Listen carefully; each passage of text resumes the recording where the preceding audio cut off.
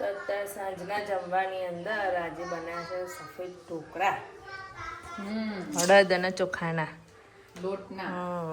હવે પલાળીને બેટર તૈયાર કર્યું છે અને પ્લેટો બનાવી ભરીને તૈયાર રાખ્યું છે બધું મરચું બરચું નાખીને કમ્પ્લેટ તીખા અત્યારે સાંજનો નાસ્તા જેવું બનાવી દીધું છે અમે લોકોએ આજે બનાવ્યા છે અડદ અને ચોખાના ઢોકળા બનાવ્યા છે ત્યાં મરચાંવાળા બનાવી દીધા છે ચોખા અને અડદ ભાવશે ને કંકી કોરમાના ન હોય કંકી કોરમાના હોય ને તમારા છોકરાઓ નહીં ભાવતા નહીં હે ને અને મરચાંવાળા એ લોકો નહીં ખાય એટલે મરચાં વગરના બનાવું હવે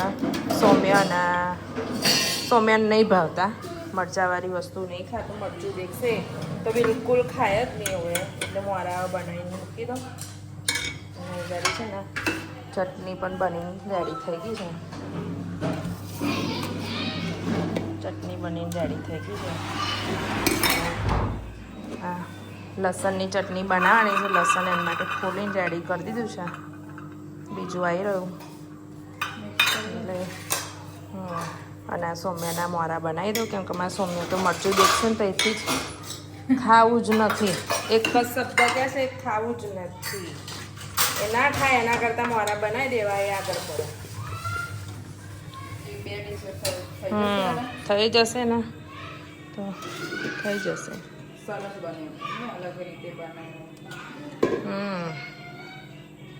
તે બધું છે ને બે ડીશમાં નાખી જ દે કેમ કે છોકરાઓને તો પેલું કેવું મોરું હોય ને તો જ ખાય બાકી મારા સૌમ્ય તો આવું જોઈ જાય ને આવું મરચાંવાળું તો બી ના ખાય ખબર ને મરચાંથી શું એલર્જી છે ને એ જ નહીં ખબર પડતી તો હવે બંટી આ વરસથી તીખું ખાય બાકી બંટી ખાતા જ નતા હું જુદું જ બનાવું. લાલ મરચું લીલું મરચું તો જોવે ને તે ખાવાનું ઓર્ડર એટલે મારે પહેલેથી લીલું મરચું નાખવાનું. તમારા સૌમ્ય છે ને એ બંટીભાઈ ઉપર પડ્યો છે ખાવા પીવામાં કે તીખું દેખાય ને ત્યાંથી બંટીભાઈ આવા જ હતા તમારે થોડુંક આમ તીખું જોવે ને એટલે બંટીભાઈ ના નથી ખાવું સૌમ્યને જ ટેવ છે લીલું મરચું તો બિલકુલ બી નહીં અમુક સબ્જી બી નહીં ખાતા બંટીભાઈ નહીં ખાતા સૌમ્ય તો ખાતું જ નહીં ખાઈને તો બી ચાલે હવે એને ખવડાવવા માટે એટલો બધો ટ્રાય કર્યો ને ખાતો જ નહીં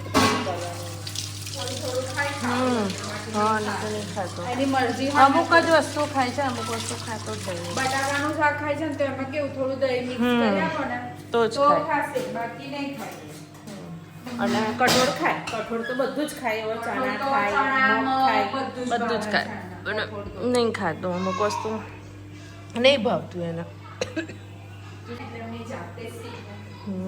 આપણે શીખવાડવાની જરૂર જ નહીં પડે.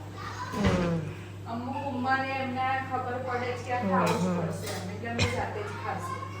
માટે મહિનાથી રડતા હતા કે સાયકલ જોઈએ અને 3-4 દિવસથી તો બહુ જ ભયનું કે કરતી હતી માથું ચડાવતી હતી કે સાયકલ જોઈએ અને એમાં કાવું જોઈએ શાંતિથી મને સાંભળે છે શું ધ્યાનથી સાંભળું છું હે આજે એમાં રાવીબેનની સાયકલ આવી ગઈ નહીં રાવું કેવી છે હે વાગે હા શું હા હોર્ન છે એમ તો બે જા તો જો એની સાયકલ તો કોઈને અડવાઈ નહીં દેતી અડવાઈ નહીં દેતી કોઈને તમે સાયકલ લઈ આલી છે તો આ બધા એવું છે તો તમે બધા નતા અડવા જતા ને એટલે એ તમને નહીં અડવા દેતી છે તો જો ખુશ થઈ ગઈ છે સાયકલ લાયા તો પહેલા લાયા હતા પેલી હેન્ડલ વાળી આવે છે છોકરાઓ લઈ અને આ અમારા બંદરે તોડી નાખી નહીં બેટા હવે તું શું લઈને આવ્યો એનિમલ્સ લઈને આવ્યો શું હા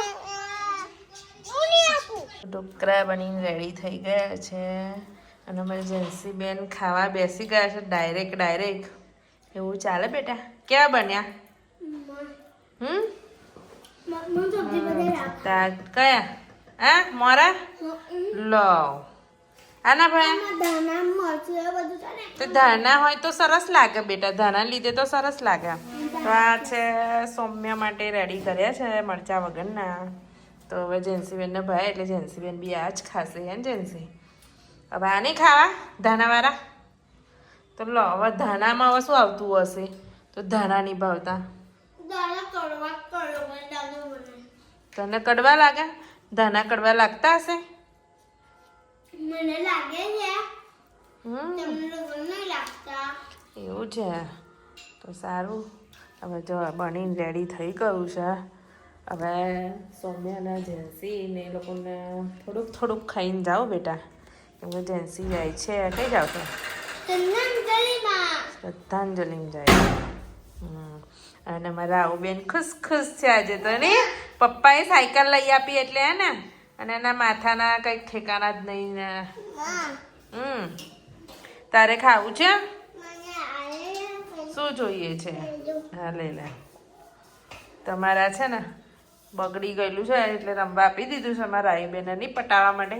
જેન્સી કઈયા દુખે છે? પેટમાં ના દુખે. હા એ વાત બરાબર કીધી હા જેન્સી, માટી ખાધી હતી. તમારા આવી બેન છે ને પેલા માટી નતા ખાતા, હવે અમારા આવી બેન છે ને માટી ખાતા થઈ ગયા છે. એટલે અમારે છે ને હવે ઇન્જેક્શન મુકાવા લઈ જવાની છે. હા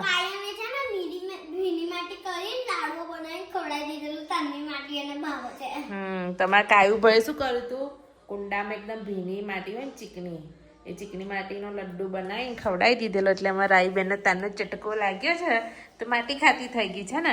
પહેલા નથી ખાતી પણ રજન્સી આમ ખાતી નહીં, આખી નહીં, આમ ચાટ જ છે, ખબર છે? દળ ચાટ છે. એવું બધું ચાટ જ નહીં, ઝીનો ઝીનો દળ હોય ને એ ચાટ છે. પેલી ઝીની ઝીની માટી ખવડાવી છે ને એટલે હે ને દાઈ ગંદુ કહેવાય. શું થાય? શું થાય? માટી ખાઈ તો શું થાય?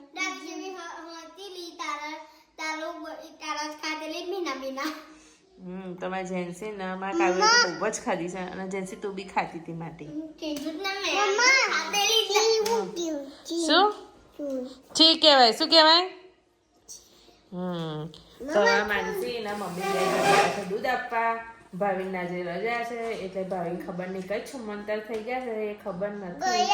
કયા બાબા ગયા તને ના લઈ ગયા?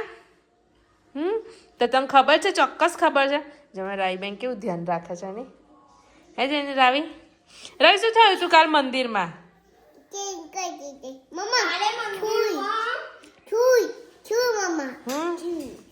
એવું છે.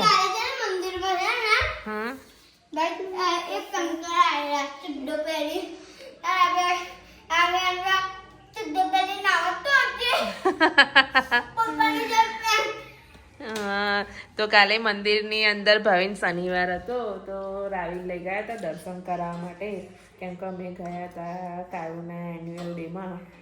તો રાવી બેનને નહોતા લઈ ગયા કેમ કે રાવી હેરાન કરે છે એટલે. તમારા રાવી બેન છે ને એક ભાઈ ચડ્ડો પહેરીને આવેલા મંદિરમાં દર્શન કરવા. તો રાવી એમ કે ચડ્ડો પહેરીને આવતો હશે, પપ્પાની જેમ પેન્ટ પહેરીને આવે. પણ સારું છે કે ભાઈને ખબર ના પડી હવે બોલીએ નહીં તો શું થાત? હા બિચારા અંકલ શરમાઈ જતા ને, હે ને? એવું કહેવાય કોઈને? તમારા આવી બેન ની આવી ક્યુટ ક્યુટ વાતો હોય છે ને જેન્સુ. શું? ના નથી પહેરું, મારે નથી પહેરું. હા મારે નથી પહેરું. હા તો ચાલો આની જોડે જોડે આપણે બ્લોગનો પણ આજે એન્ડ લઈએ છીએ, કેમ કે આજે તો અમે બે જ છે. છોકરાઓ જાય છે તો અહીંયા શ્રદ્ધાંજલિમાં, અને અમારે બી થોડુંક બજારનું કામ છે. એટલે આજનો મારો બ્લોગ સારો લાગ્યો હોય